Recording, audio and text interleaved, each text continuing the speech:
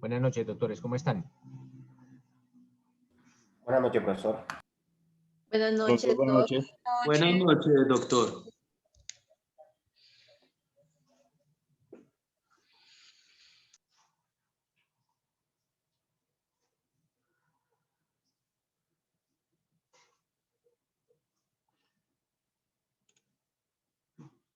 Bueno, ¿en qué quedamos el día de ayer? ¿Me recuerdan, por favor?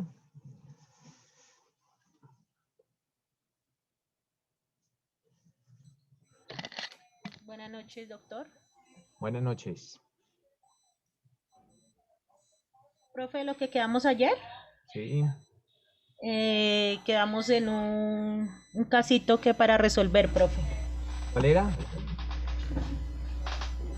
¿Cuál era? ¿Cuál era? Eran Bájeme el televisor, sobre, Vanessa, porque si no mira televisión no recibe clase. ¿Cuál era? el caso era sobre, pues el caso era sobre que el juez no le advirtió Ah, ya, no le advirtió sobre la prohibición constitucional.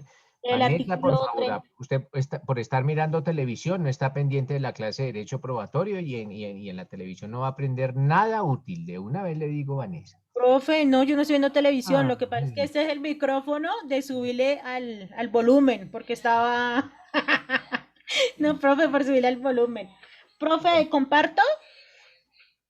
a ver, cuénteme, Vanessa. Profe, bueno, yo digo que ahí el juez incurre en un prevalicato porque él omitió información pues a las personas pues que intervienen en el proceso y se puede pedir una nulidad por vía de hecho. Ya, se puede pedir una nulidad por vía de hecho. Listo. Después vamos a ver que lo que dice Vanessa no es correcto ni en lo primero ni en lo segundo. Pero bueno, ¿quién más que desea hacer alguna acotación? Me levantan la mano y les concedo el uso de la palabra. Yo les dije, doctores, yo les dije, ojo, que ya hay jurisprudencia al respecto, que la Corte Suprema de Justicia ya analizó este caso. Cuénteme, ¿qué nos dice don Antonio Cortés?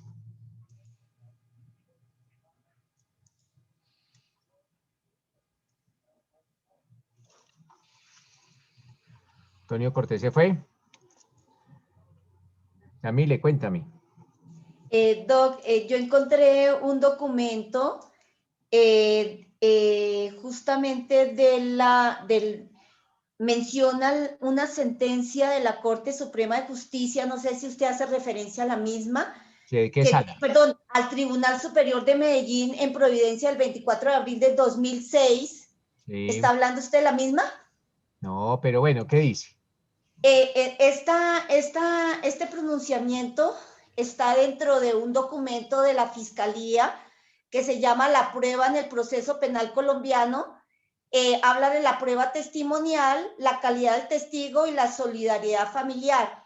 En el punto sexto dice, aunque siempre deben cumplirse los requisitos legales orientados a proteger y desarrollar el derecho a no incriminarse o incriminar a los parientes más cercanos, en el evento en que se presente alguna irregularidad frente a este aspecto, el fiscal deberá siempre analizar su trascendencia con el fin de determinar si la información debe ser o no desestimada. Ya, mire, En este caso, espérate. Aquí no estamos hablando del fiscal, aquí estamos hablando del juez. El juez es el que no le puso de presente a la parte. Ese libro es de Luis Fernando Bedoya y bueno, con Luis Fernando hay unas cosas, pero ese libro que tú me dices, del sí, doctor Bedoya, que es magistrado auxiliar hoy en día de la Corte Suprema de Justicia, de la doctora Patricia Salazar, hoy en día es el magistrado auxiliar de la Patricia, es un libro hecho para fiscales, no es un libro hecho para jueces, es un libro que de hecho es de la Fiscalía. Pero aquí, nótese, Yamile, que quien cometió el yerro fue el juez, no un fiscal. El yerro fue del juez en el momento en que él recibe el testigo y nunca le puso de presente ese derecho que estaba consagrado en el artículo 33 de la Constitución. Y el testigo rindió su testimonio y con base en ese testimonio resultaron condenando al procesado. Entonces, ojo, Yamile, no, o sea, básicamente no encontraste la sentencia de la Corte.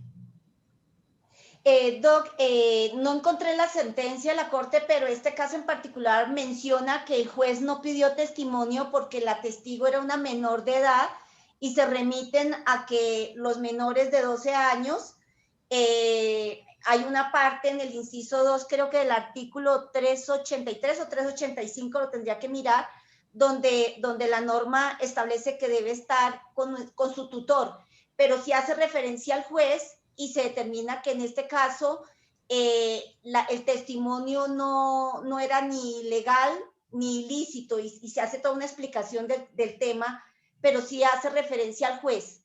Yamile, pero básicamente tú entendiste el ejemplo, ¿cierto, Yamile? Sí, sí, Doc.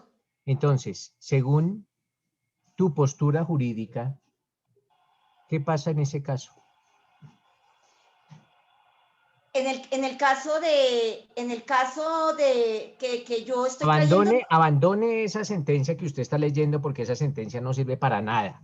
Porque ok. no estamos hablando de un menor de edad ni nada de esas cosas. No, aquí estamos hablando de una persona mayor de edad que llegó al juicio y el juez no le puso de presente el artículo 33. No más, esa No es sentencia no nos... procedente, Doc. En ese caso, sí hay una violación al debido proceso. Una violación al debido proceso. Antes de eso, Yamile, ¿qué es el debido proceso? Porque si tú me dices violación al debido proceso, pues te tiene que saber qué es el debido proceso, porque si no, entonces, ¿cómo me va a decir que es una violación al debido proceso? Perdón, Doc, es el artículo 33, el derecho que tiene la persona a no autoincriminarse. Sí, pero entonces, es que en este caso en el particular... debido proceso, Yamile, no está en 33, sino En en el el... artículo Está en el 29 de la 29, Doc, por Constitución, eso, compañera. también. Ciérreme los micrófonos, por favor, ciérreme los micrófonos antes de eso. Entonces, estoy hablando con Yamile, entonces le digo a Yamile, Yamile, ¿tú sabes qué es el debido proceso? Sí, Doc, lo revisamos en el 29, pero estamos aquí hablando del 33, que tiene que ver con la autoincriminación. Entonces, básicamente, Yamile, ¿hay una violación del 29 o hay una violación del 33 No del o hay de 33, los Doc, dos? O de los dos. del 33. Ah, bueno, hay una violación del 33. Entonces, ¿quiere decir esto que el juez violó un derecho? Le violó un derecho fundamental, sí, señor, al no haberle leído los derechos a la persona que iba a rendir testimonio y haberlo puesto en antecedente. Incluso la norma lo dice que lo debe leer. Lo debe hacer. Listo, Yamile, muchas gracias. Vale. Vale, ¿qué nos dice Edwin? Edwin Mera. Buenas noches, doctor, compañeros, ¿cómo está? Buenas noches. Pues, doctor, aquí yo veo que la defensa tiene que apelar manifestando que el juez no encuentra las respectivas garantías y derechos del testigo desconociendo la ley. Ahora, hay una violación del artículo 33 y 29 de la Constitución Nacional. La defensa, yo digo que tiene que sustentar contundentemente la apelación realizando un test de proporcionalidad constitucional basándose en los artículos 29, 33 y 83 de la Constitución Nacional. Ahora, según lo que yo encontré lo de la sentencia. Espéreme, Edwin. El juez Sí. tiene que realizar, el abogado tiene que realizar un test de ponderación. ¿Qué tiene que ponderar? No, de proporcionalidad constitucional, doctor. Ah, bueno, ¿y qué tiene que analizar en ese test de Pues, proporcionalidad? doctor, en ese test de proporcionalidad constitucional, primero, él tiene que hablar de que se está violando el artículo 29 de la Constitución Nacional que nos habla del debido proceso. Bueno, eso no es un Sí. test de proporcionalidad, eso es una afirmación, decirle, señores magistrados, Ah, se violó el 29, ahí no hay proporcionalidad. Tiene que hacer es una listo. afirmación, Sí, indicar que señor. se violó el 29 y del por qué se violó el 29. A ver, gracias, profesor. Sí, Pues, doctor, lo que pasa es que todo el mundo tiene derecho a la defensa. claro que ¿Sí? sí. No, es que yo no le estoy diciendo que no, sino que él tiene, o sea, lo que usted me está diciendo es que el abogado tiene que afirmar que se violó el Sí. 29, que se violó el 29, básicamente. Pero Sí, ojo, señor. porque un test de proporcionalidad es algo completamente distinto. Un test de proporcionalidad tiene que ver con que efectivamente se violaron unos derechos, porque aquí se están violando unos derechos, como usted lo afirma, pero ¿con qué vamos a ajustar que esa violación es proporcional versus a qué? ¿Con qué lo vamos a confrontar? Cuando yo hablo de una proporcionalidad, primero tengo que indicar que efectivamente una violación, pero ¿con qué voy a comparar para hablar de una proporcionalidad? ¿Proporcionalidad con respecto a qué? Pues doctor, basándonos en la Constitución Nacional. Sí, Y usted ya, también, eso ya lo sé, pero ¿qué es lo que busca el abogado? doctor, el abogado busca de que finalmente se muestre que se le están violando unos derechos a su proahijado. O sea que usted como Y abogado va a decirle, señor magistrado, lo que yo quiero es que usted muestre que se le violaron unos derechos. no, doctor, pues yo Entonces, ¿qué busco, pues busca? como a él ya lo condenaron, se Sí, busca la apelación y ya pues iba más adelante, doctor. Si no se puede la apelación, pues buscar una casación, una revisión del caso, o del sea que proceso. usted, usted al magistrado le dice, señor magistrado, yo busco que usted apele. ¿Qué busca el abogado? ¿Qué es lo que busca? ¿Qué es lo que Comprobar. pretende? Doctor, Estoy el hablando, por abogado favor, busca con Edwin. Estoy hablando con Edwin y no me interrumpan porque en una audiencia dentro de un año les van a compulsar copias disciplinarias por esa indisciplina.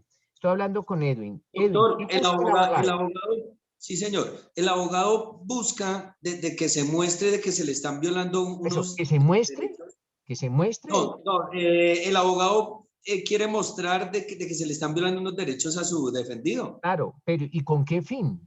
¿Cuál es la pretensión del abogado? Pues, doctor, con el fin de que se le den las respectivas garantías al testigo, O de sea que que él no usted le dice al se señor magistrado, yo le estoy mostrando que efectivamente hubo una violación, eso se lo voy a demostrar, para que usted le brinde las garantías al testigo.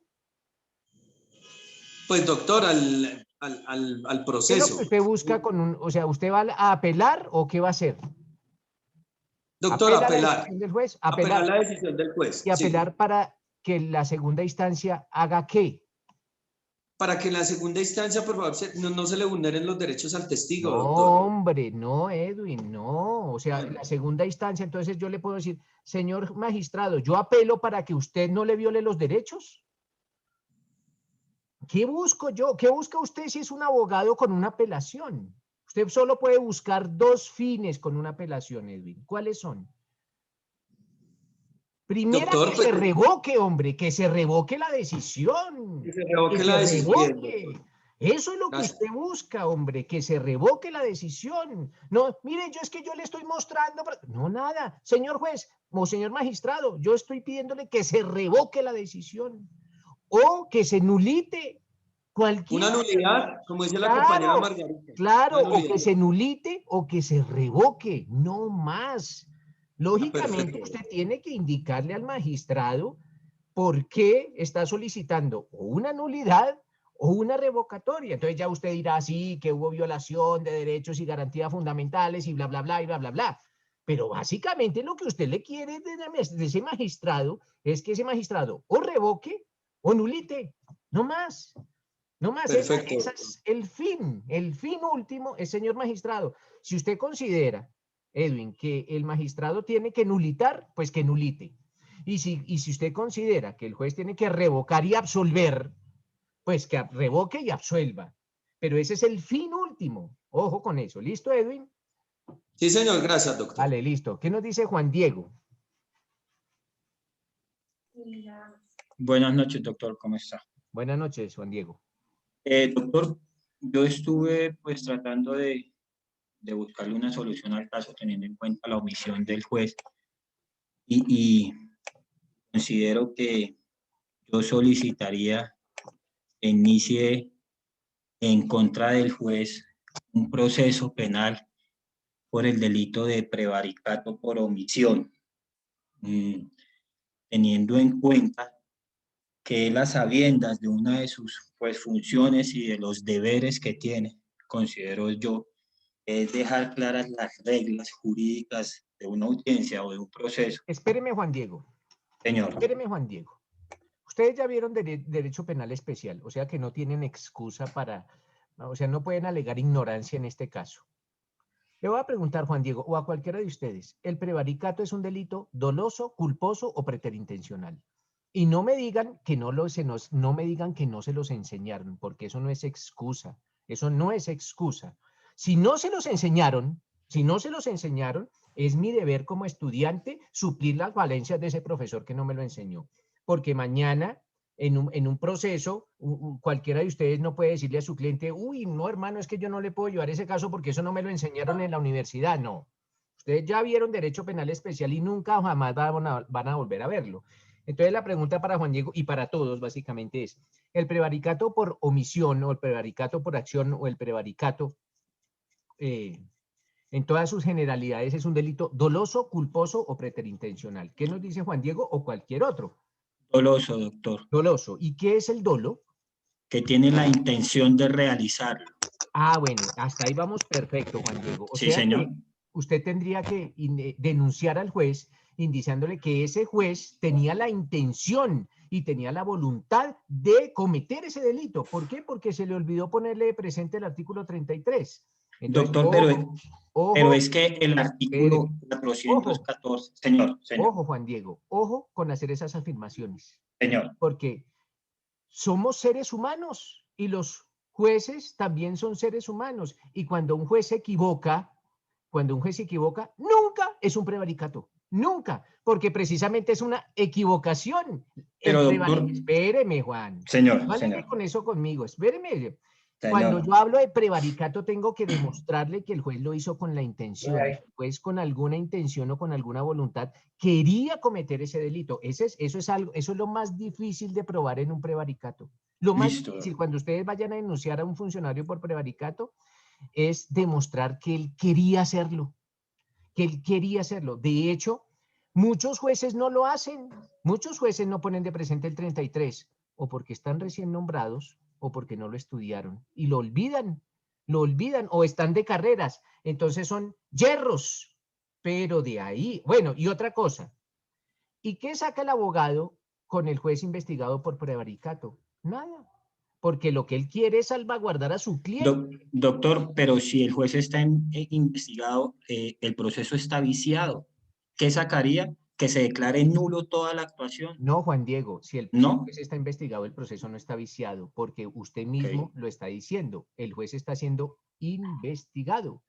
No está diciendo que, ¿qué tal que entonces el proceso durara 10 años en investigación y al final de la investigación y el juicio dijeran, no, el juez no cometió ninguna irregularidad? ¿Qué tal el proceso en stand-by o el proceso paralizado mientras se decide que el juez? Todas las actuaciones de los jueces tienen dos presunciones. Ojo, tienen dos presunciones. Se presume que todas las actuaciones de los jueces son acertadas y son legales. ¿Cuándo se desvirtúa esa presunción? Cuando un juez de la República dice que ni fue acertada ni fue legal. Pero lo dice un juez, no lo dice ni el denunciante, ni la fiscalía, ni nada, lo dice un juez después de que culmina un proceso. Allá sí, cuando culmine el proceso, en el caso que nos dice Juan Diego, si el proceso llegara a culminar con una condena por prevaricato a este juez, ahí sí se tumbaría la sentencia, ahí sí.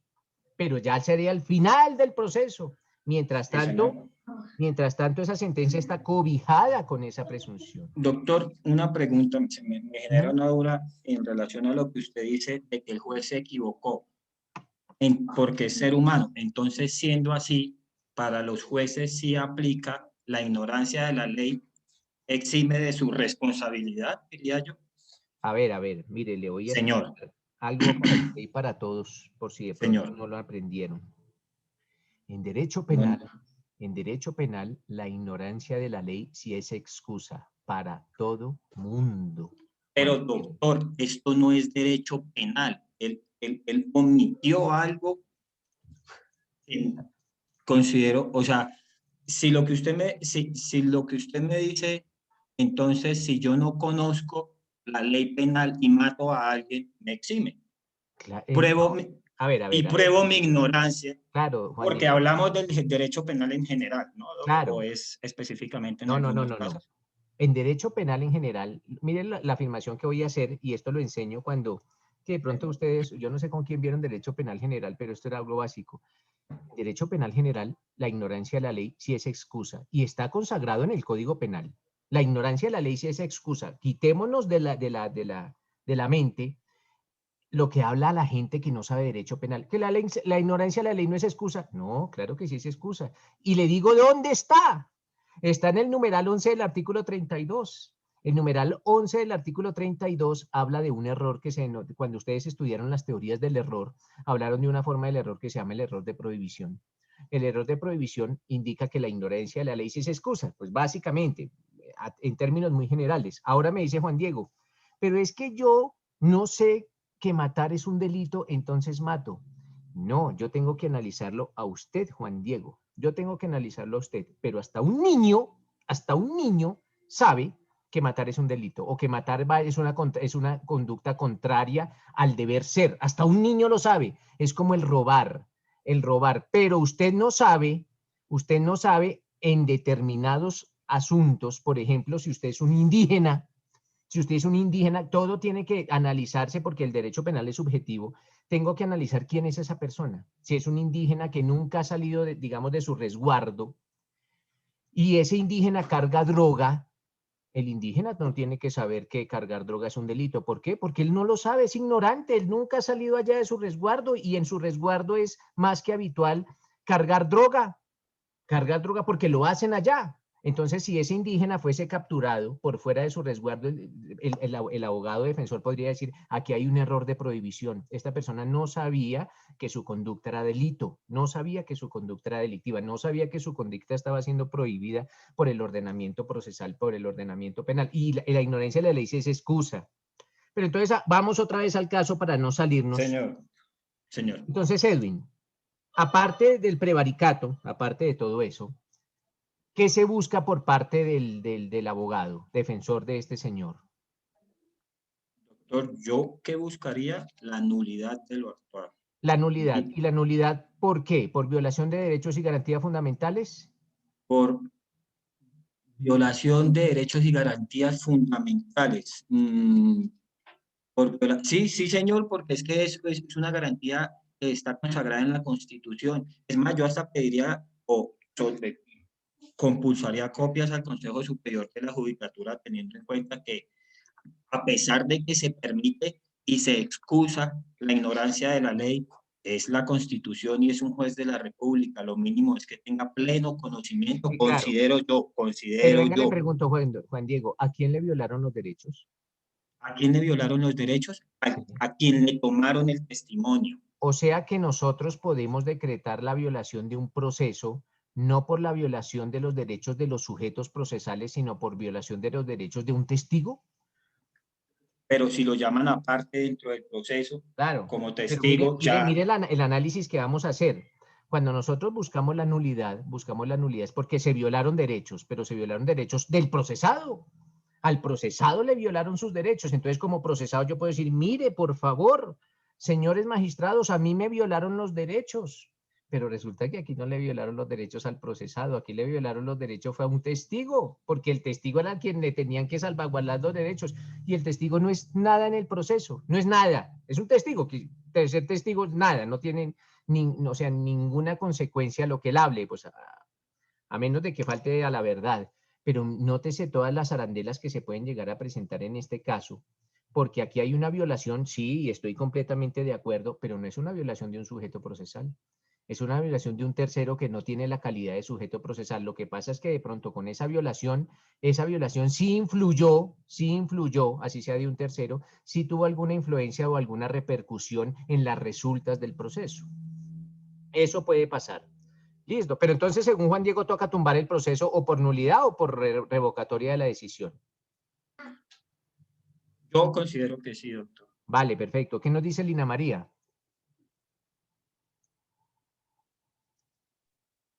Bueno, doctor, de acuerdo a la pregunta que usted realizó del testigo, que era el hijo del procesado y con su declaración condenaron a su papá.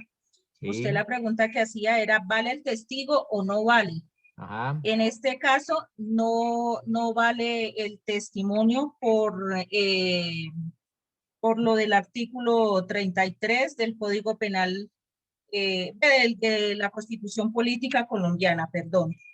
Y en este caso, pues ahí sí hay una ley que es la 4760, la ley 975, ambas, el decreto y la ley son del 2005. Ellos hablan es de, por ejemplo, en los procesos cuando alguien para las rebajas de pena cuando se autoincriminan. Entonces, en esos casos, pero preferiblemente, bueno, en el caso concreto del testimonio, no es válido el testimonio.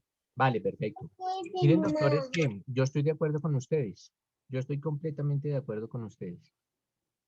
Ese testimonio debió haber salido de ese proceso, debieron haber decretado la nulidad de ese juicio y haber repetido ese testimonio, poniéndole de presente el artículo 33 al testigo.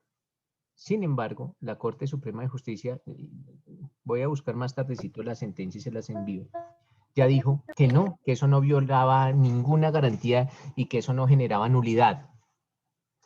Esto es como para que nos demos cuenta que a veces la Corte también yerra. Pero es la Corte, ellos creen que uno come entero y no. Listo, para mañana, para pasado mañana la sentencia que les puse sobre polígrafo. ¿Qué vamos a ver ahorita, mis doctores? ¿Qué vamos a ver ahorita? Vamos a ver un tema que se denomina el juramento y la confesión. Ojo, el juramento y la confesión y también, bueno, básicamente antes del juramento vamos a ver la declaración de parte y la confesión. Posteriormente, en la segunda parte de la clase vamos a ver el juramento.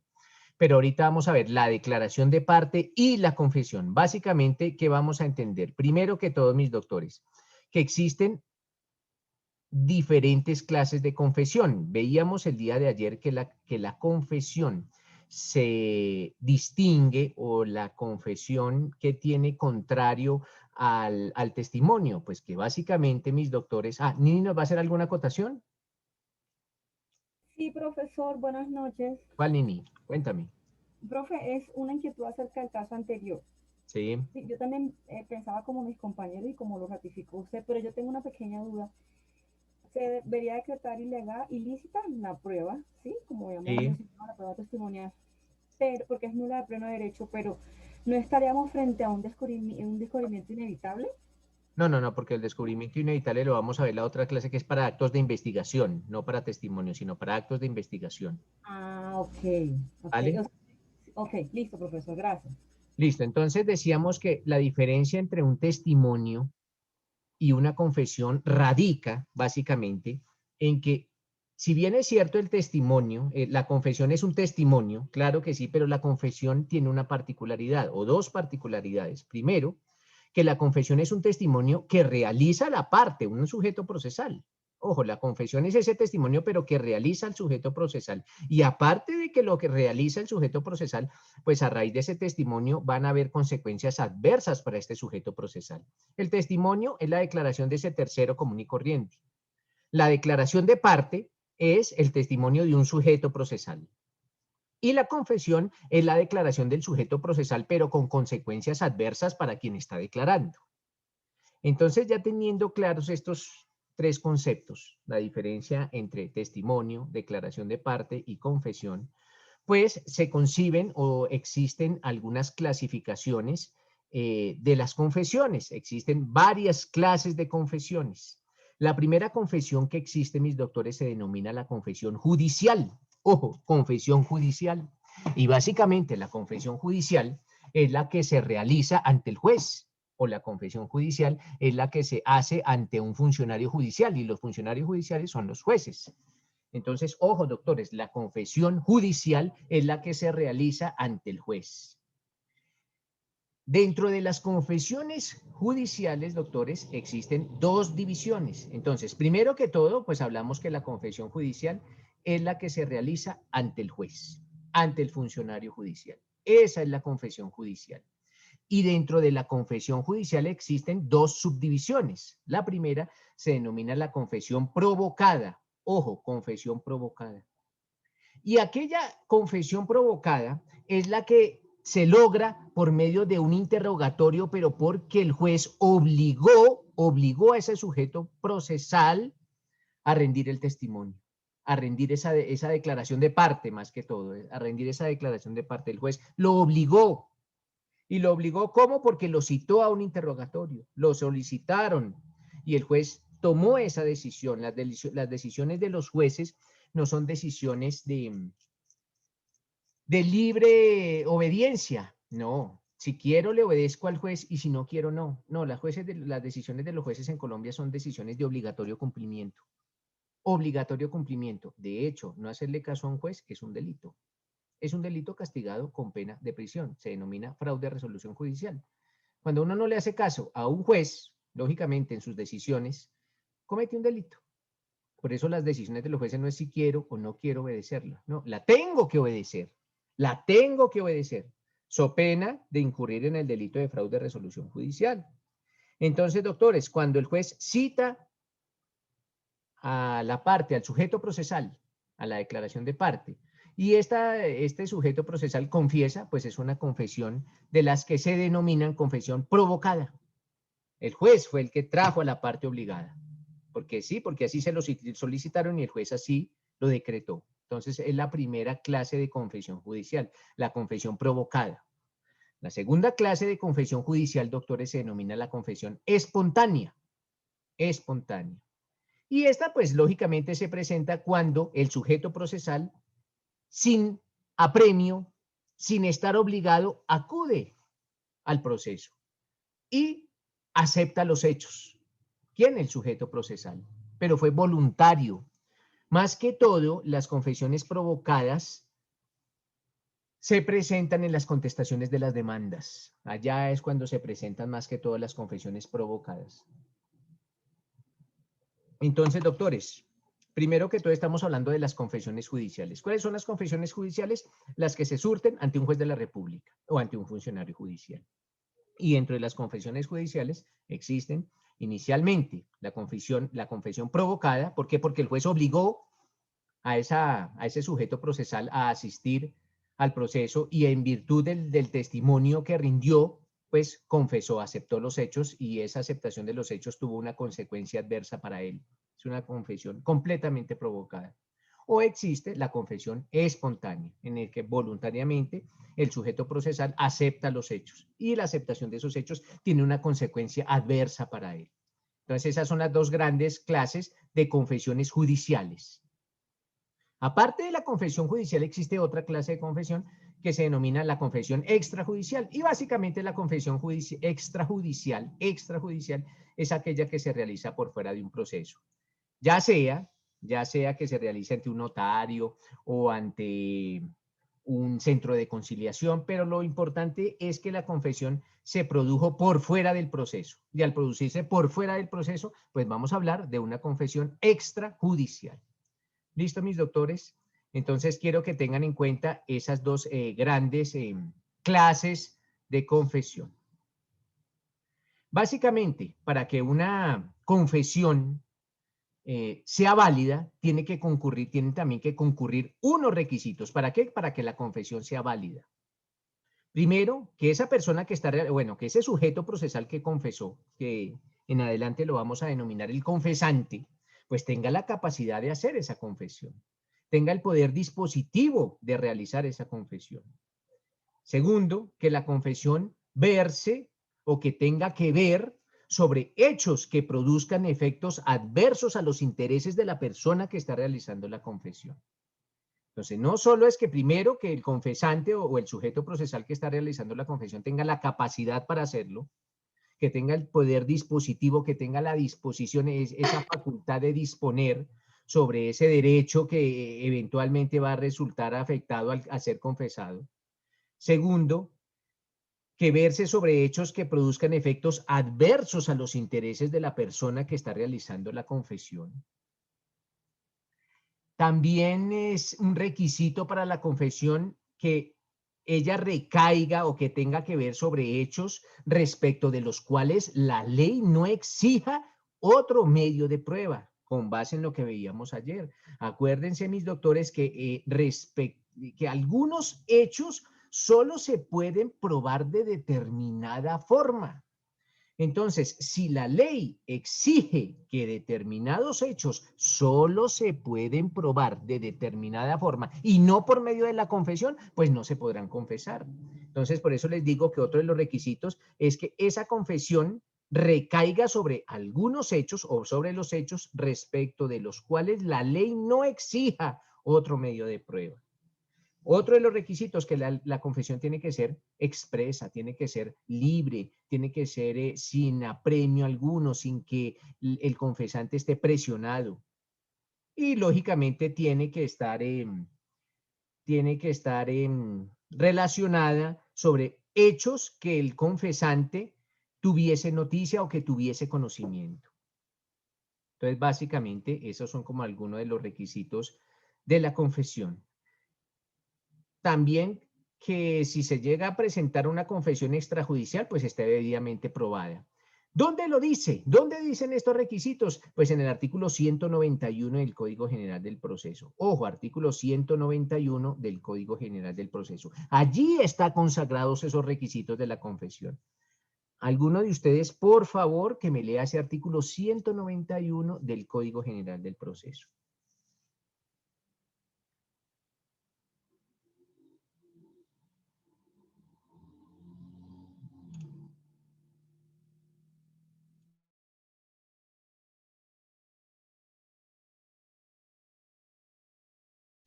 Bueno, como ninguno, entonces voy a hacerlo aquí unilateralmente. Artículo 191.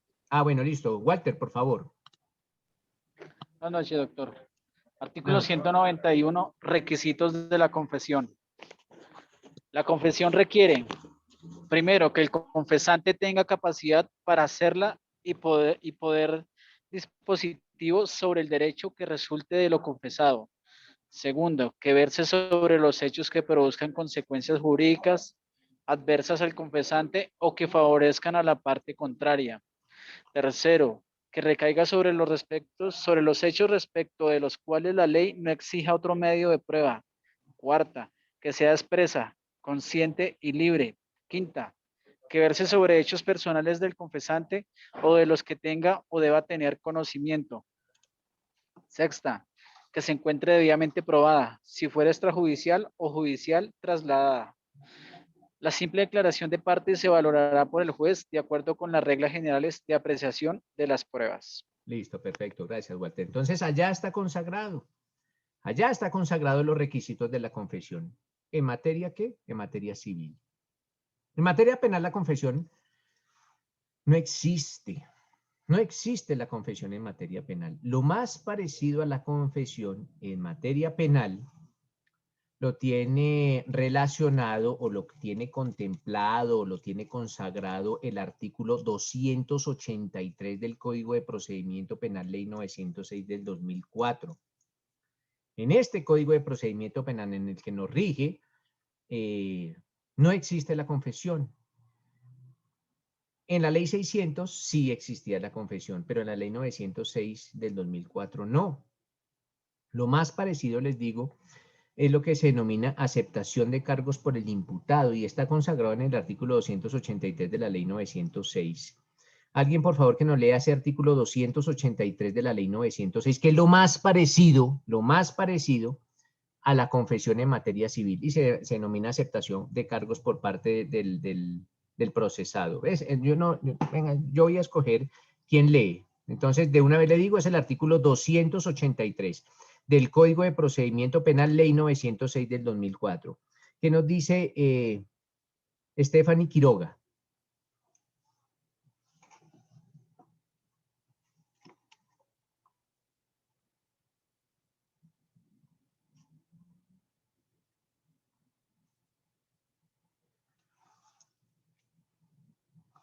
No está Stephanie Quiroga.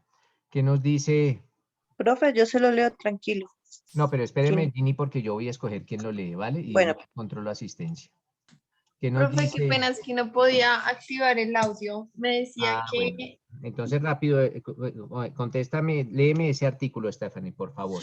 Te voy a indicar qué artículo es. Estamos hablando del Código de Procedimiento Penal, artículo 283. ¿283? Sí, Código de Procedimiento Penal, Ley 906 de 2004. Un momentico, que es que tengo un computador lento, profesor. Un momentico. Y préndame la cámara, por favor.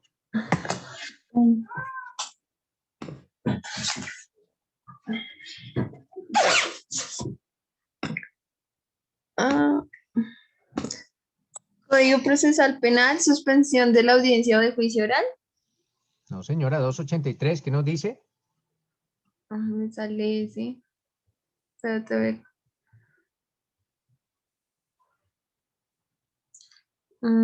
Artículo 283.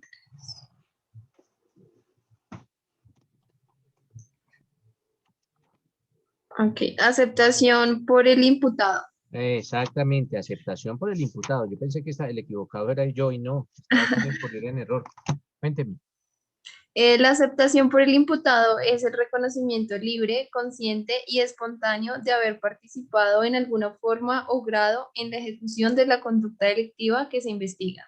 Bueno, listo. Entonces, Stephanie, cuénteme, ¿quién acepta los cargos?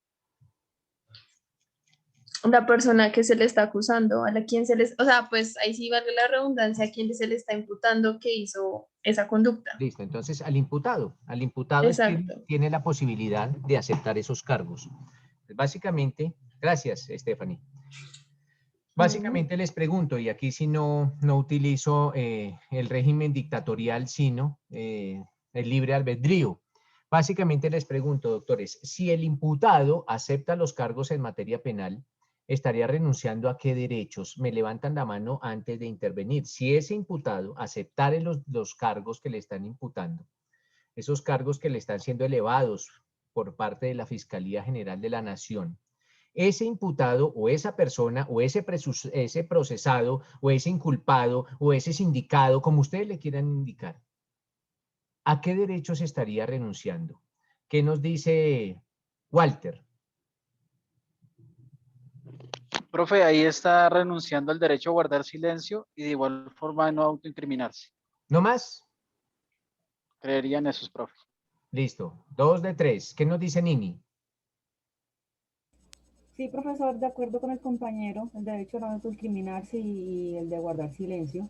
Listo. 2 de 3. ¿Qué nos dice? Falta 1. ¿Qué nos dice Jonathan?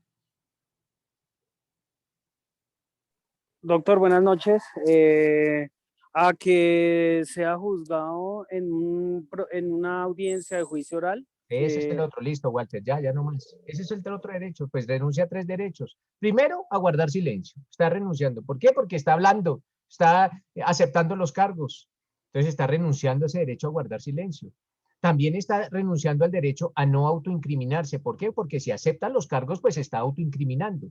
Y el tercero de los derechos al que renuncia es a tener un juicio. No va a tener juicio, porque en los juicios es donde se debaten las pruebas. Y como él acepta los cargos, pues no va a tener juicio. De una vez pasa donde un juez para que el juez lo condene. Entonces no va a tener juicio. Entonces, básicamente, cuando un juez acepta, cuando un procesado acepta ante el juez los cargos que le están imputando, renuncia a esos 3 derechos.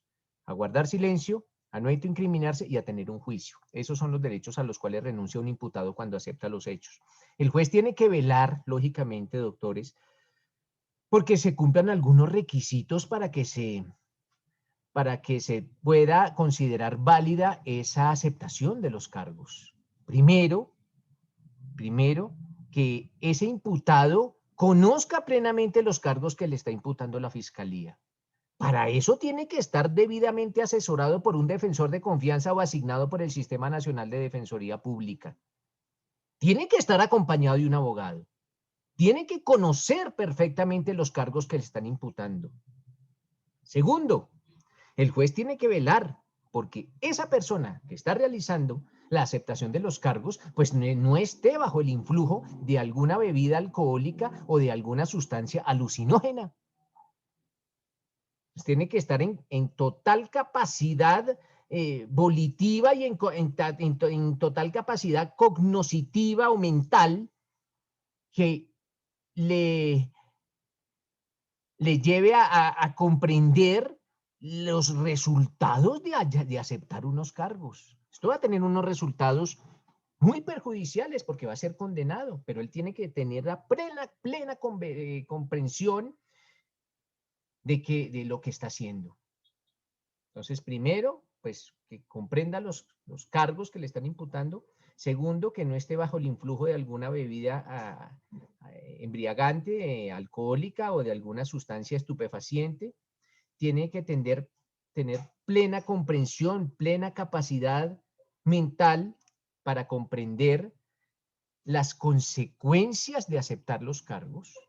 Y por último, el juez también tiene que velar, mis doctores, por que esa persona que está aceptando los cargos no esté bajo ninguna presión.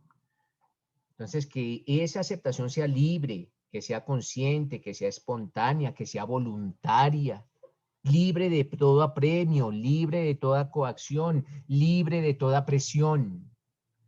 Pues básicamente esos son los requisitos que un juez penal tiene que verificar para que se pueda llegar a afirmar que la confesión o la aceptación de los cargos, que es lo más parecido, es válida.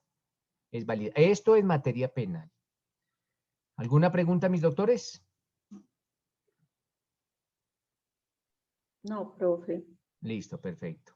Entonces, doctores, allá está en el artículo 283 lo más parecido, ojo, lo más parecido a la confesión en materia penal que se denomina la aceptación de cargos por parte del imputado.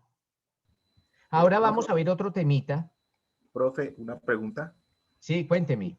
A través de esa aceptación de cargos, pues puede también haber un beneficio, ¿no? Es decir, rebaja de penas y siempre y cuando él acepte los cargos, ¿no? Claro que sí, sí, señor. Pues precisamente, hombre Antonio, eso es lo que busca el procesado aceptando los cargos. Un regalo, un beneficio, un premio, una prebenda.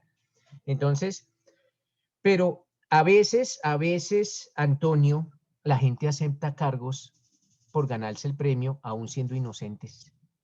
Aún siendo inocentes. Entonces, o siendo presionados, los presionan a aceptar los cargos, así ganen un beneficio. ¿Por qué? Porque de pronto el verdadero responsable de ese delito lo presionó. Entonces, por eso tiene que verificar estos requisitos el señor juez para tratar de sanear esa aceptación de cargos, pero lo que dice Antonio es cierto, pues casi siempre se busca es como un premio que va a o un beneficio o una contraprestación. ¿Por qué? Pues porque con la aceptación de cargos, pues se le va a ahorrar mucho trabajo a la justicia. Ya no se tienen que hacer juicios, entonces como se le va a ahorrar trabajo a la justicia, pues démosle un premio a esta persona. Por eso, entre más temprano se realice la aceptación, pues es mayor el beneficio. ¿Listo, Antonio? Doctor. Listo, profe. Doctor, una pregunta. ¿Quién me va a hacer la pregunta? Vanessa. No me levantan la mano, levánteme la mano para que yo sepa quién está. Profe, es que se me dañó el... Ah, ya. Bueno, primero es viendo televisión y ahora que se le dañó el computador. No, profe. No, profe, con eso sube el volumen. Profe, es lo que hablaba mi compañero, el 50% de la rebaja pues de la pena. ¿Eso es en todos los delitos o hay excepciones de delitos? Aunque eso no es tema de este curso, la rebaja, solo hay 3 etapas procesales para efectuar aceptación de cargos, que es en la audiencia de imputación, en la audiencia preparatoria y en la audiencia de juicio oral. La rebaja en la audiencia de acusación, de imputación es de hasta el 50%, la rebaja en la audiencia preparatoria es de 1/3 parte y la rebaja en la audiencia de juicio oral es de 1/6 parte. Todo siempre y cuando la ley no prohíba conceder beneficios. No para todos los beneficios existe rebaja punitiva. Por ejemplo, para los delitos de terrorismo, para los delitos de feminicidio, para los delitos sexuales contra menores y contra la vida y la integridad personal contra menores, no existe ninguna rebaja, así la persona se allane. Entonces, no para todos los delitos. ¿Listo, Vanessa? Aunque esto ya lo tienen que ver es por allá en su 8º semestre, cuando estén estudiando aceptación de cargos en procesal penal. Esto es como un abrebocas de lo que el profesor de esa materia les puede explicar, ¿vale? ¿Qué nos dice Jonathan? Doctor, le tenía una pregunta. Doctor, es que, bueno, ya que usted habla del tema de la confesión, de pronto en esta parte de la confesión en materia penal no entraría tampoco el interrogatorio al indiciado, doctor. Qué pena. No, porque es que el interrogatorio al indiciado, si él llega a aceptar ante la fiscalía, pues lo que hace la fiscalía es imputarle y en la imputación acepte los cargos. Entonces, el interrogatorio de indiciado, así se logre una aceptación en el interrogatorio, siempre la aceptación de cargos se tiene que realizar ante un juez, no ante un fiscal, es ante el juez. Entonces es solo ante el juez en el momento en que se pueden aceptar los cargos. Entonces, si el fiscal observa que va a aceptar los cargos, pues lo lleva ante el juez, pero será siempre ante el juez. Muchas gracias, doctor. Vale, perfecto. Bueno, doctores, entonces vamos a ver otro temita que se denomina la confesión ficta o presunta. Ojo, confesión ficta o presunta. Miren, doctores, ficto o presunto quiere decir que expresamente que la persona, el sujeto procesal, no está aceptando. El sujeto procesal no está aceptando. Pero con base en unos comportamientos, la ley consagra que aceptó. Entonces, expresamente, él no está manifestando que confiesa, pero tácitamente sí. Entonces, por algo que hizo la parte, la ley consagra que confesó, por algo que hizo. Entonces, así él nunca hubiese asistido al proceso a indicar, esto es civil, lógicamente, que él nunca fue al proceso a decir si efectivamente confieso esos hechos. No, nunca fue. Pero la ley sí va a consagrar que con base en un comportamiento que realizó, él está aceptando. ¿Dónde está consagrada la confesión ficta o presunta? Pues en el artículo 210 del Código General del Proceso. Ahora, se pueden llegar a presentar varias formas de confesión ficta o presunta. Y esa confesión ficta o presunta está consagrada en varias partes del Código General del Proceso. Porque el Código General del Proceso trae una división de acorde con la etapa procesal y acorde con el tema que esté ventilando. Inicialmente, vamos a remitirnos, por favor, al artículo 96 del Código General del Proceso. Ojo, artículo 96 del Código General del Proceso. Y más exactamente, al numeral segundo de ese artículo 96. El artículo 96 en su numeral segundo nos indica la primera forma en que se puede llegar a presentar una confesión ficta o presunta. ¿Quién no lo lee? Por favor, numeral segundo del 96, del Código General del Proceso.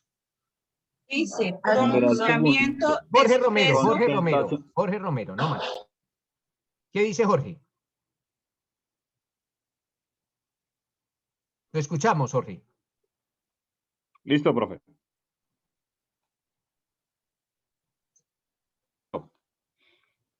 Apágueme la cámara que yo ya lo conozco. Apágueme la cámara que yo ya lo conozco y para que no se nos corte la comunicación. Listo, profe, gracias. Ahora. Contestación de la demanda. Numeral segundo.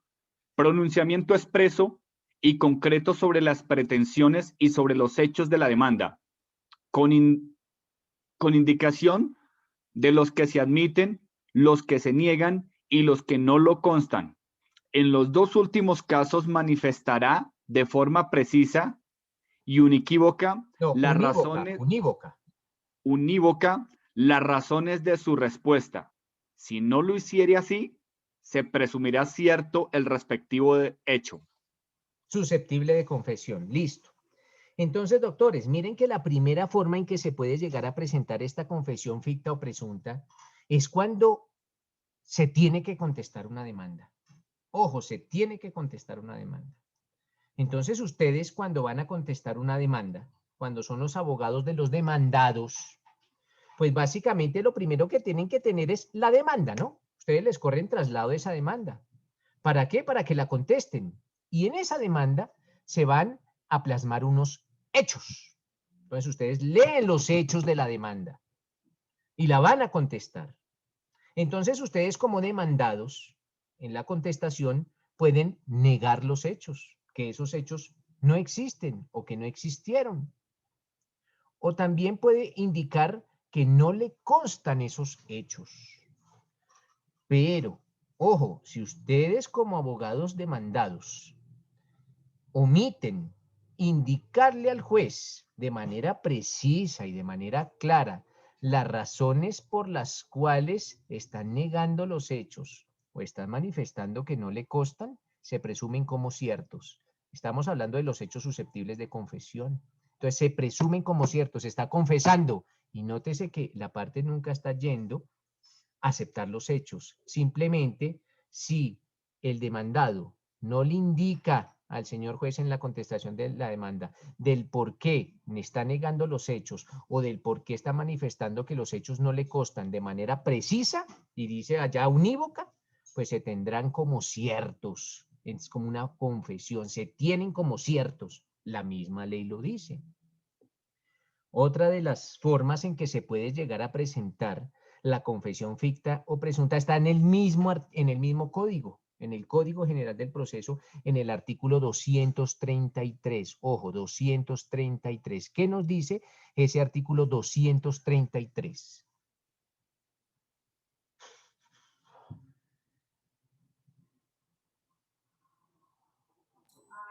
Profe, ¿lo leo? No, Vanessa, Artículo- otra persona que no haya leído artículo porque usted está 200. acaparando la clase. Artículo 233. Listo, Oscar, pero más Deber que de... todo, espéreme, Oscar, ya está ubicado en el 233, ¿cierto? Sí, señor. Más exactamente, Oscar, en el inciso segundo. Sí. Si alguna de las partes impide la práctica del dictamen, se presumirán ciertos los hechos susceptibles de confesión que la otra parte pretenda demostrar con el dictamen y se le impondrá multa de 5 a 10 salarios mínimos mensuales. Listo, gracias, Oscar. Miren lo que está hablando allá el artículo 233. Nos está hablando del dictamen pericial. Entonces resulta, mis doctores, que en un proceso civil se va a practicar un dictamen pericial. Allá está. Y alguna de las partes impide la realización de esa prueba pericial. Lo impide. En ese caso, pues vamos a castigar a esa parte. Vamos a castigarla por andar impidiendo la práctica de la prueba pericial. ¿Y cuál es el castigo? Que se presumen como ciertos los hechos que se iban a demostrar con ese peritaje. Entonces, confiesa los hechos que se iban a demostrar con ese peritaje. ¿Y quién lo confiesa? Pues la parte que obstaculizó la práctica de la prueba. La tercera forma en que se puede llegar a presentar esta confesión ficta o presunta es muy parecida a la del peritaje y está consagrada en el artículo 238, ojo, 238 también del Código General del Proceso. Por favor, remitámonos al 238, ojo, 238 del Código General del Proceso. Más exactamente, doctores, al numeral segundo del 238. Es muy parecida a la del dictamen. ¿Lo leo, profe? Sí, Oscar, por favor. 238. En la diligencia del artículo 238, en la del Antes, espéreme, Oscar. Antes, ¿ese artículo de qué habla? Práctica de la inspección. Ah, bueno, mire que el pasado, el que nos leía Oscar, hablaba del peritaje o de la prueba pericial. Ahora vamos a hablar de una inspección judicial. ¿Y qué dice? Entonces se va a practicar la inspección judicial. Allá le dice el Código General del Proceso, nos está diciendo a nosotros los que estamos estudiando, qué pasa en todas las eventualidades en que se va a desarrollar una inspección judicial. ¿Y qué dice en ese numeral segundo? Básicamente en el inciso segundo del numeral segundo. En la diligencia, el juez procederá al examen y reconocimiento de que se trate. Cuando alguna de las partes impida u obstaculice la práctica de la inspección, se le impondrá multa de 5 a 10 salarios mínimos legales mensuales vigentes y se presumirán ciertos los hechos que la otra parte pretendía demostrar con ella, o se apreciará la conducta como indicio grave en contra si la prueba hubiera sido decretada de oficio. Listo, miren que casi el mismo castigo que con la prueba pericial. Pero ahora, si al interior del proceso se va a practicar una inspección judicial y alguna de las partes obstaculiza la realización de esa inspección judicial, pues se tendrán como ciertos esos hechos que se querían demostrar con la práctica de la inspección judicial. Ese es el castigo para la parte. Se van a presumir como ciertos esos hechos. Entonces, doctores, esas son las distintas formas de confesión ficta o de confesión presunta. Esas son las distintas. Entonces, ya sabemos cuándo se puede presentar esa confesión ficta o presunta. Ojo, confesión ficta o presunta. Ahora, mis doctores, vamos a ver otro temita que se denomina el juramento. Ahora sí, lo que habíamos hablado desde el principio, vamos a hablar del juramento. Ese es el otro tema, juramento.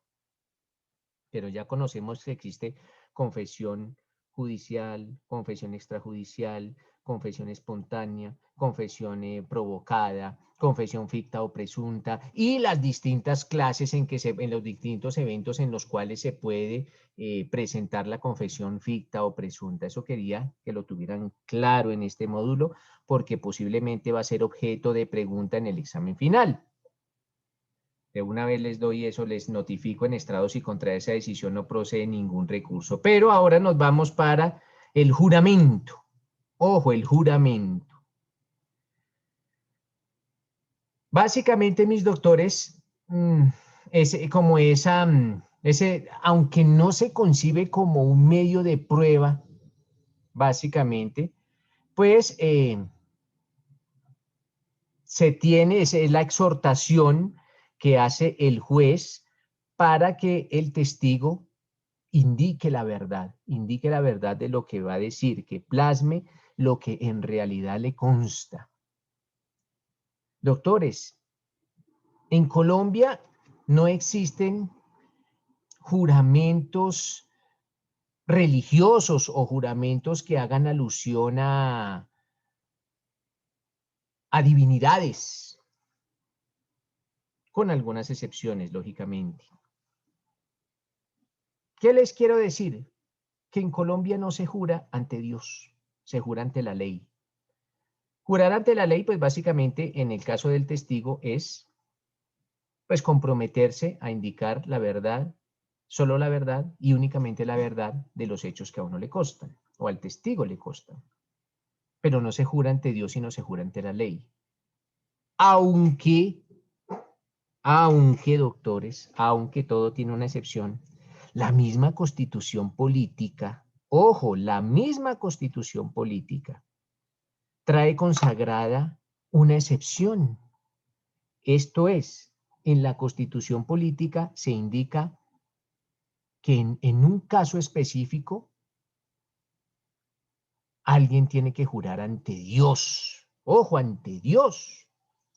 ¿Y dónde lo dice la Constitución? Por allá en su artículo 192. Por allá en el 192 de la Constitución nos indica que alguien sí tiene que jurar ante Dios. No dice ante cuál Dios, pero sí dice ante Dios.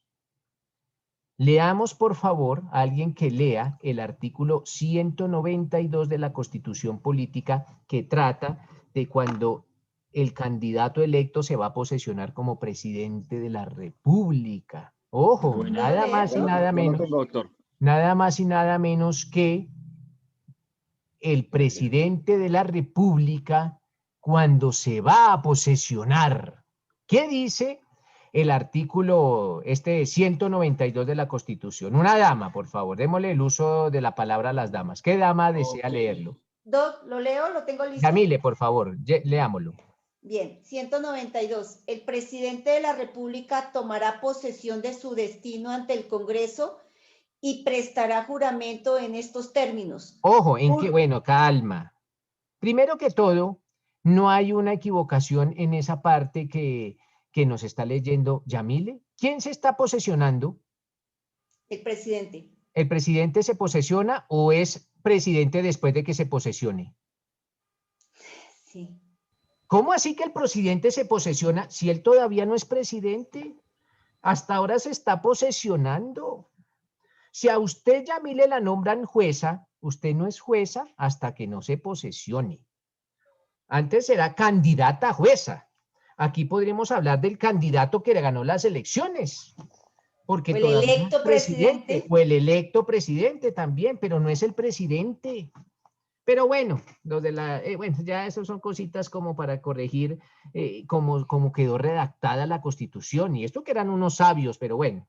Pero entonces el presidente o el electo presidente, para ser más técnico, se va a posesionar. Listo. Volvámoslo a leer. El presidente de la República tomará posesión de su destino ante el Congreso y prestará juramento en estos términos. Bueno, entonces está ya el presidente o el electo presidente en el Congreso y va a jurar para posesionarse. ¿Qué cháchara tiene que hablar el presidente cuando se va a posesionar? Juro a Dios y prometo al pueblo cumplir fielmente la Constitución y las leyes de Colombia. ¿Y por qué digo que cháchara? Porque ninguna lo cumple. Ninguno lo cumple. Ninguno cumple la Constitución y las leyes de Colombia. No las cumplen. De hecho, yo no estoy hablando de este, ni del pasado, ni del antepasado. No, ningún presidente. Pisotean la Constitución. Es el libro que más pisotea a un presidente de la República, la Constitución. Y las leyes con más veras. Pero ¿por qué? ¿Jura a quién, Yamile? Juro a Dios. Entonces la pregunta es, para Yamile o para cualquier otro compañero que nos quiera colaborar con la respuesta. Si el presidente es ateo, si el presidente no cree en ningún Dios, y este electo presidente es fiel a sus principios, y dice, no voy a jurar ante la ley, pero no voy a jurar ante Dios porque para mí Dios ni ese ni ninguno existen. Entonces yo tengo que ser fiel con mis principios y fiel con mi creencia. Y tengo que ir hasta las últimas consecuencias con mi creencia. Y él dice, me da mucha pena, señor Congreso, juro ante la Constitución, juro ante la ley, pero no juro ante ningún Dios. Entonces, en ese caso, ¿no se posesionará el presidente esa disposición que nos está leyendo Yamile irá eventualmente en contra de otro derecho constitucional? ¿Cuál es la libertad de cultos? Porque la libertad de cultos también implica, pues, no tener ningún culto. No tiene ningún culto. Eso también es la libertad de cultos. O tenerlo o no tenerlo. Eventualmente, esa disposición podría atentar contra la libertad de cultos. Pienso, no sé, de pronto hay algunos que opinen lo contrario. En derecho todo se puede discutir. ¿Qué opinan, doctores? ¿Qué dice Oscar Rodríguez?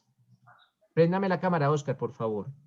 Doctor, buenas noches. Bueno, yo considero que pues, no podrá cumplir con lo que ordena taxativamente la Constitución, pero eso tampoco lo va a descalificar o lo va a quitar el derecho de ejercer su cargo electo por el pueblo como ser presidente de la República.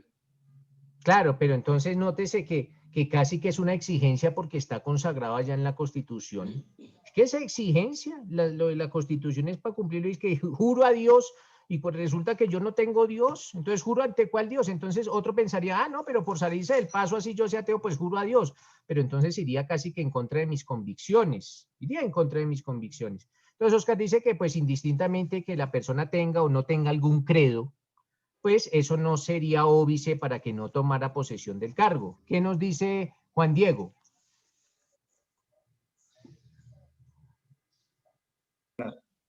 Buenas noches, doctor. Doctor, yo pues primero me gustaría, pues quisiera hacer un comentario sobre lo primero de la Constitución es un párrafo totalmente teológico. Pues, ojo, eso no es un párrafo, eso se llama el preámbulo. Sí, señor, el preámbulo. Pues, bueno, técnicamente el preámbulo, pero gramáticamente es un párrafo. Bueno, técnicamente el preámbulo de la Constitución, doctor, hace referencia o inicia con unas frases bastante teológicas. Sí, invoca la protección de Dios. Sí, señor, inmediatamente. O sea, el documento que lo permitió ser electo es teológico, partamos de ahí. Y si está arraigado a su creencia, pues hubiese iniciado, yo considero, atacando el preámbulo de la Constitución antes de ser electo por esa creencia tan personal. Después, o ya teniendo en cuenta su pregunta puntual, doctor, yo considero que esto ya es una disposición legal, debe cumplirla. De hecho, no es una disposición legal, Juan Diego, es una disposición constitucional. Es una disposición constitucional, doctor. Entonces, peor aún, o sea, es la cúspide de la pirámide jerárquica de las normas en Colombia. Debe cumplirla. Claro, bueno, aunque lo que dice Juan Diego es parcialmente cierto, no es la cúspide de la Constitución, no es la cúspide.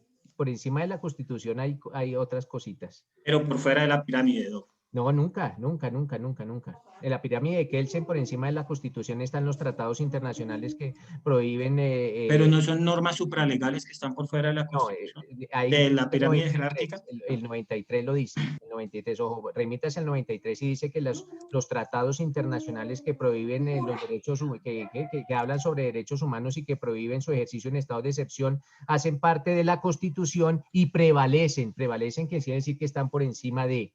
Eso lo dice el 93. Pero en esos estados de excepción puntualmente. No, dice los tratados internacionales, los tratados internacionales. Listo. Pero entonces, mi respuesta a su pregunta puntual es, teniendo en cuenta que es un mandato constitucional y que iniciando su elección fue permitida por un documento que en su preámbulo se remite a un Dios, no sabemos a cuál, pues debería hacerlo. Tenía pleno conocimiento de esto. Claro, listo. ¿Qué nos dice Ginny? Profe, buenas noches. Buenas noches. Profe, pues en cuanto a lo que dice mi compañero Juan Diego y en lo que dice el profesor, pues mi opinión es la siguiente. Es una obligación constitucional que la persona tiene, ¿cierto? Pero también cabe reconocer que es un derecho fundamental la libertad de cultos, la libertad de sus creencias, que no importa la religión, no importa la raza, no importa el credo, sino que se respeta y es un derecho fundamental. Entonces, ahí es donde vamos que la Constitución y la misma ley se contradice en ciertas, digamos, disposiciones que ella misma genera. Entonces, para mí, entonces, Ginny, si a pesar de que Dios, tiene que hacerla, doctor, se tiene que respetar. Si yo juro ante Dios, si me exigen jurar ante Dios, me exigen porque me lo están exigiendo, porque la Constitución lo exige, y no quiero jurar ante Dios, ¿qué derecho me estarían violando? Un derecho fundamental, el derecho a la libre religión, a la libre religión, profe. Y al libre desarrollo del libre desarrollo de su personalidad, porque es algo que yo vengo construyendo desde muy pequeño, de que esta es mi creencia y aquí voy yo, ¿sí me entiendes? Entonces, por eso, aunque la misma ley se contradiga, debe y tiene el derecho de posesionarse, digo yo. Entonces les pregunto, aparte del presidentico, ¿quién más se posesiona ante Dios? ¿Lo saben? ¿Los gobernadores y los alcaldes? Los alcaldes. Ojo, los alcaldes también. ¿Y dónde lo dice? Porque tenemos que remitirnos. A ver, ¿dónde lo dice? Los alcaldes. Hay la ley o el ordenamiento que regula el comportamiento de los alcaldes se denomina el régimen político y municipal. Ojo, régimen político y municipal. Si ustedes lo quieren buscar y una vez lo ubicamos, es la ley 136 de 1994. Ojo, ley 136 de 1994 que se denomina el régimen político y municipal. ¿Ya lo ubicaron, doctores? El régimen político y municipal.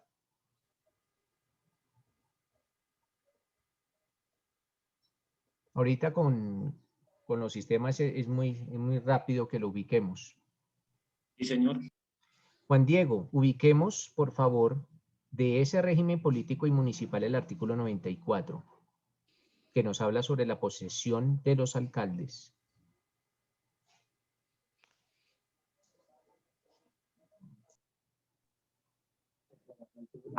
Ya, doctor. Artículo 94. Artículo 94, posesión y juramento. Esto es de los alcaldes, ¿no? Sí, señor. Los alcaldes. Los alcaldes tomarán posesión del cargo ante juez o notaría pública. Presentarán juramento en los siguientes términos. Juro a Dios y prometo al pueblo cumplir firmemente la Constitución, las leyes de Colombia, las ordenanzas y los acuerdos. Listo, ya ve, hombre, Juan Diego, que esto no solo lo pisotean los alcaldes, sino también el presidente y los alcaldes, porque ellos tampoco nunca cumplen. Sí, claro. Pero bueno, resulta que allá están las dos disposiciones o las dos normas que todavía hacen referencia a dioses. Doctor, ¿y usted de pronto conoce o alguna vez ha sabido de que incumplir estos dos artículos impida el posesionamiento de algún alcalde o Claro, presidente ¿qué pasó? definitivamente? Espérenme, les pregunto qué pasó y ustedes mismos lo van a descubrir. Señor. Resulta que yo afirmo, yo lo hago a manera personal, que eso es inconstitucional. Esas dos normas son completamente inconstitucionales porque, como lo decía Ginny, pues atentan contra la libertad de cultos, atentan contra el libre desarrollo de la personalidad. Eso lo digo, pero esto no es original mío, ¿no? Esto no es un cuento que, ay, que porque me dio por pensarlo. No, no, no. Ya otros antes que yo lo habían pensado. Ya otras personas estudiosas del derecho, mucho antes que yo, ya lo habían pensado, que esa norma era completamente inconstitucional. Y como esos estudiosos lo habían pensado, pues, ¿qué hicieron? Pues interpusieron una demanda, lo que ustedes en derecho constitucional aprendieron como una demanda de inconstitucionalidad o una demanda de inexequibilidad. Demandaron estas dos disposiciones por ser abiertamente inconstitucionales, según su parecer. Y la Corte Constitucional ya lo resolvió hace muchísimo tiempo, lo resolvió hace muchísimo tiempo. ¿Cómo ustedes van a descubrir qué dijo la Corte Constitucional? Pues les voy a dar 10 minuticos ¿para qué? Para que se ubiquen a la sentencia, ya les digo qué sentencia fue la que lo dijo, y analicen cuáles fueron las argumentaciones que expuso la Corte Constitucional para declarar que estas dos disposiciones o estos dos artículos eran exequibles, esto es, que estaban acorde o que estaban ajustados a la Constitución. La sentencia 616, ojo, la C de casa, C616 del año de 1997. Por eso les digo que esto no es original mío, porque esto pasó hace mucho tiempo. Esto pasó en el año 1997. Ya se había demandado esta norma. Y allá en el año 1997 la Corte dijo que era constitucional. La sentencia C616 de 1997. Entonces, ¿qué van a hacer ustedes? Pues van a abrir rápidamente allá sus dispositivos la sentencia C616 de 1997. Y en 10 minuticos, les voy a dar 10 minuticos para que alcancen a ojearla, sobre todo en las consideraciones de la Corte, no vayan a leer la demanda porque ya sabemos de la demanda de qué trató. Las consideraciones de la Corte. A ver, ¿qué diablos dijo la Corte Constitucional para haber declarado exequible esas dos disposiciones o esos dos artículos? En 10 minutos nos vemos, mis doctores, ¿vale? Profe, qué pena molestarlo, profe, es Sí. que se me intercortó. La C constitucional. Sí, la C, porque es la única C. C616 de 1997. Entonces, C616 de 1997. ¿Listo? Muchas gracias, doctor. Vale.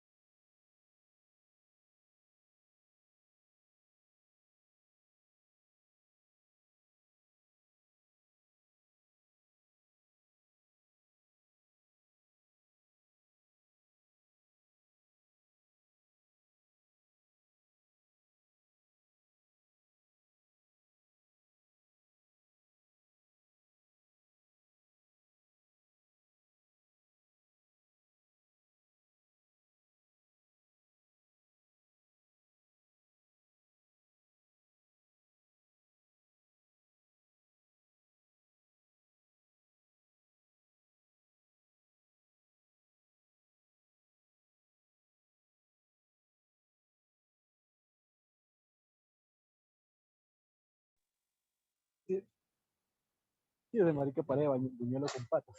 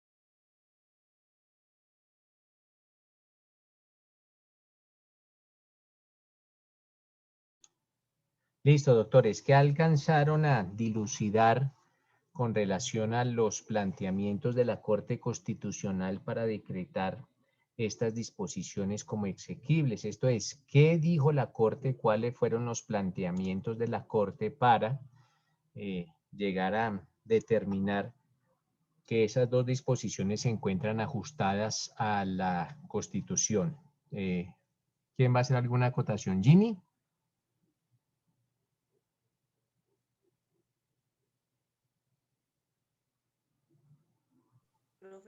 No sé, yo tenía la mano levantada desde hace... Entonces bájala, Ginny. Si no tienes la acotación, No, bájala. tranquilo, pero sí pienso opinar.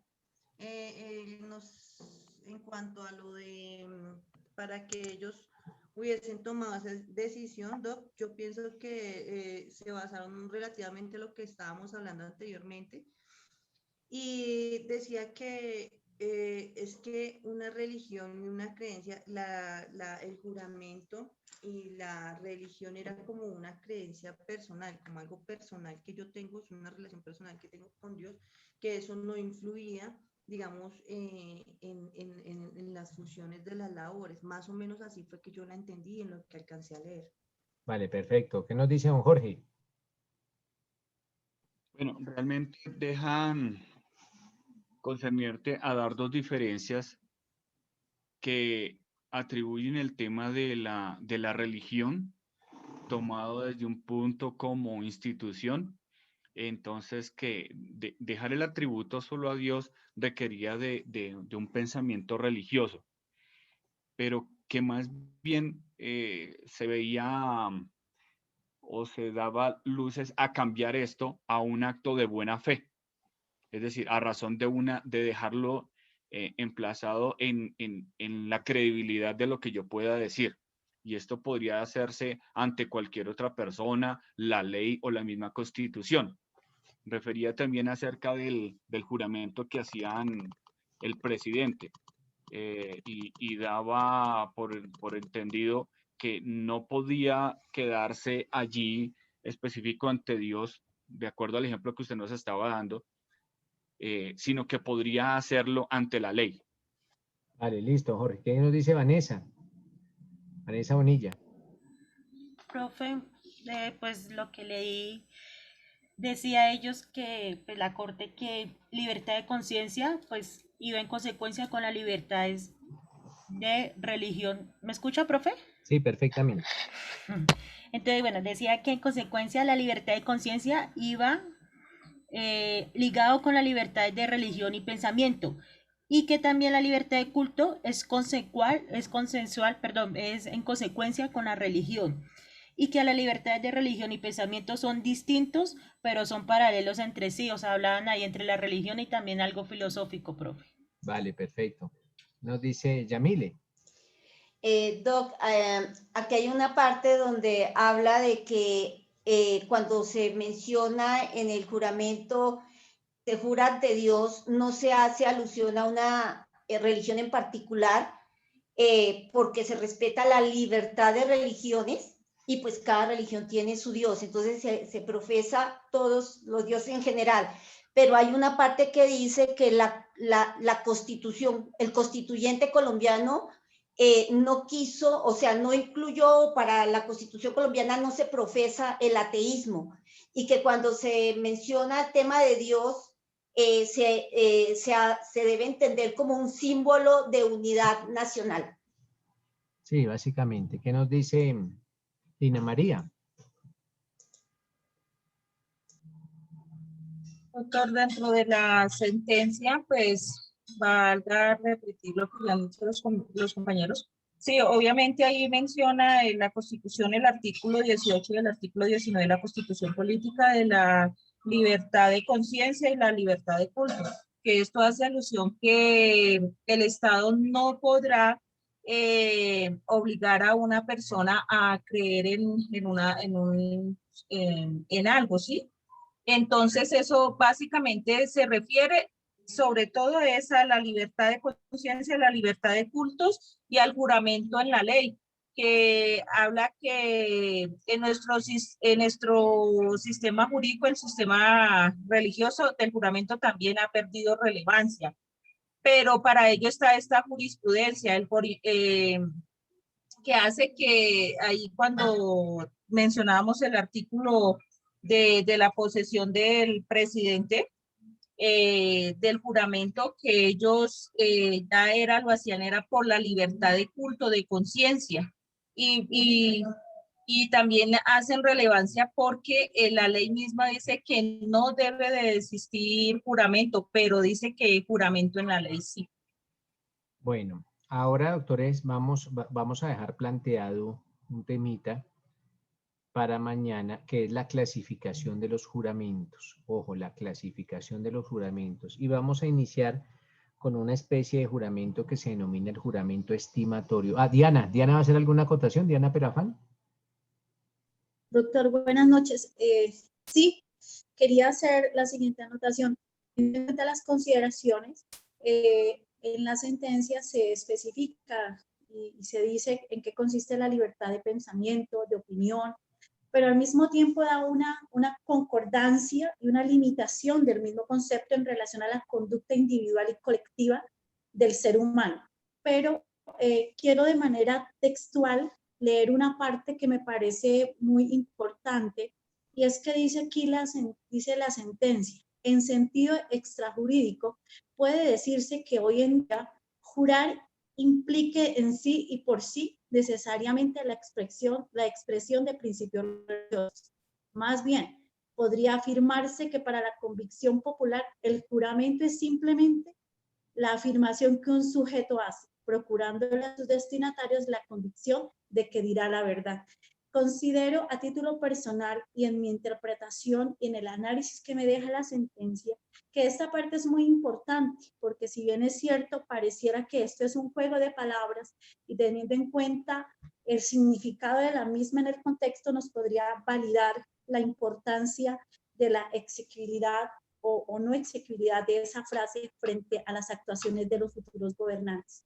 Ese quería ser mi anotación. Vale, listo. Aunque pues acorde con todo eso, indistintamente de que se jure ante Dios, más por encima de Dios está el mismo pueblo, y es ante el pueblo ante que tiene que responder el gobernante, ya sea el presidente o el alcalde, en caso de irrespetar la Constitución y la ley. Es ante el pueblo porque la soberanía recae sobre el pueblo, acorde también con lo estatuido en la Constitución. Entonces les decía a mis doctores, mañana vamos a ver las especies de juramento.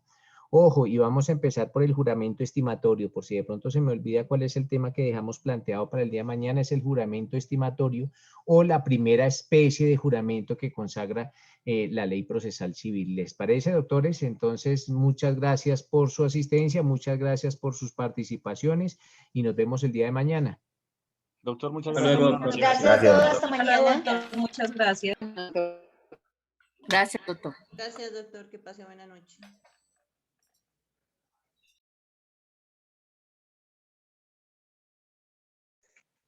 Hasta mañana, mi doctor Nelson.